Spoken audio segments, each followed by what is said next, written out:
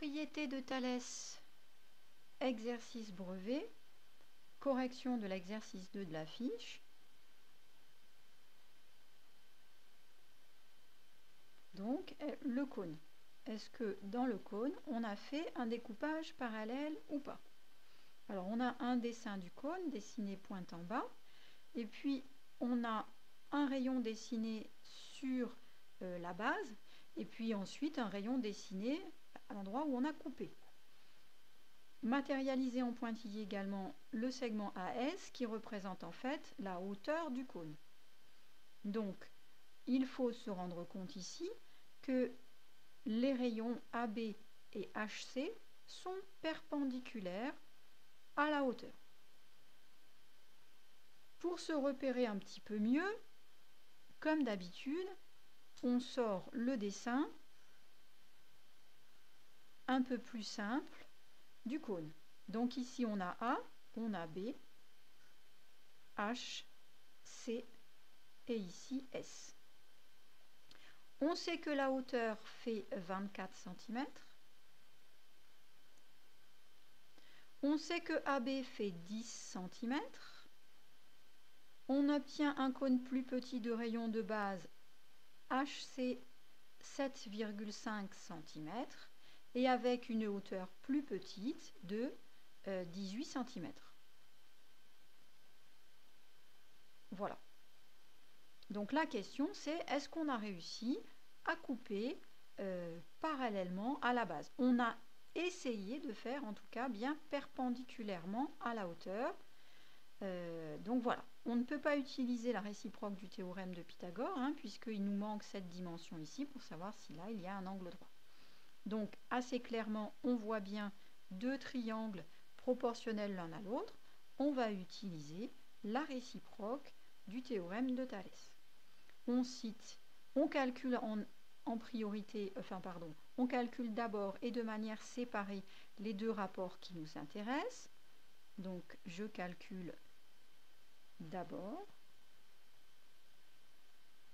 Alors, le sommet commun ici c'est S. Donc SH sur SA.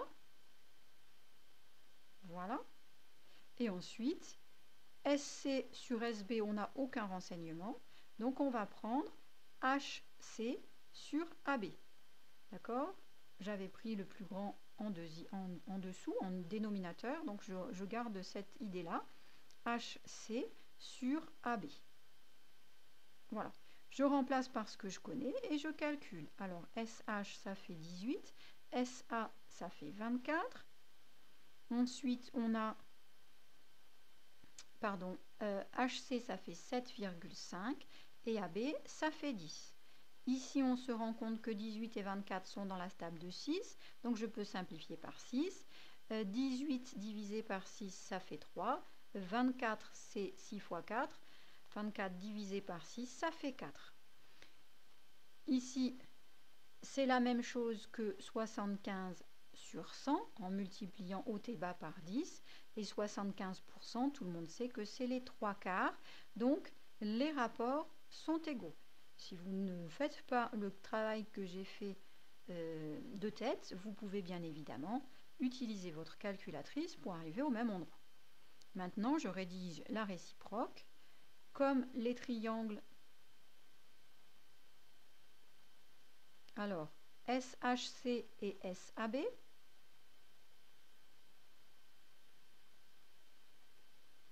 sont tels que, alors, l'alignement des points dans le bon ordre, on est d'accord. S, H et A sont alignés dans le même ordre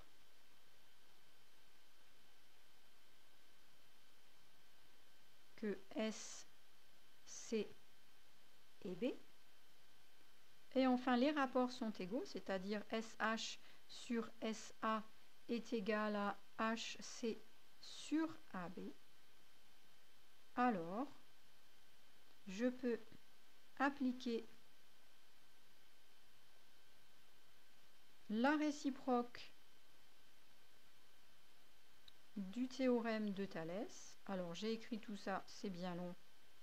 J'aurais pu simplement écrire, à la place de la réciproque du théorème de Thalès, simplement écrire la propriété de Thalès. Et je peux donc conclure que les rayons AB et HC sont parallèles. Donc le rayon AB est parallèle au rayon HC. J'ai l'impression que j'ai terminé. Je vérifie en relisant la question. A-t-on coupé ce cône par un plan parallèle à sa base? Les rayons sont parallèles, les bases sont parallèles. Donc je ne vais pas rester ici parce que la question porte sur les bases et moi j'ai répondu sur les rayons. Donc je rajoute une toute petite ligne. On a bien coupé ce cône par un plan parallèle à sa base. Et voilà, c'est terminé. Je pense à souligner ma réponse parce que c'est toujours bien. Voilà qui est fait. J'espère que vous avez compris cet exercice et que vous l'aviez vous-même rédigé comme appris et proprement. On remarque que là, il n'y a rien de trop. C'est parfait. Bon courage pour la suite.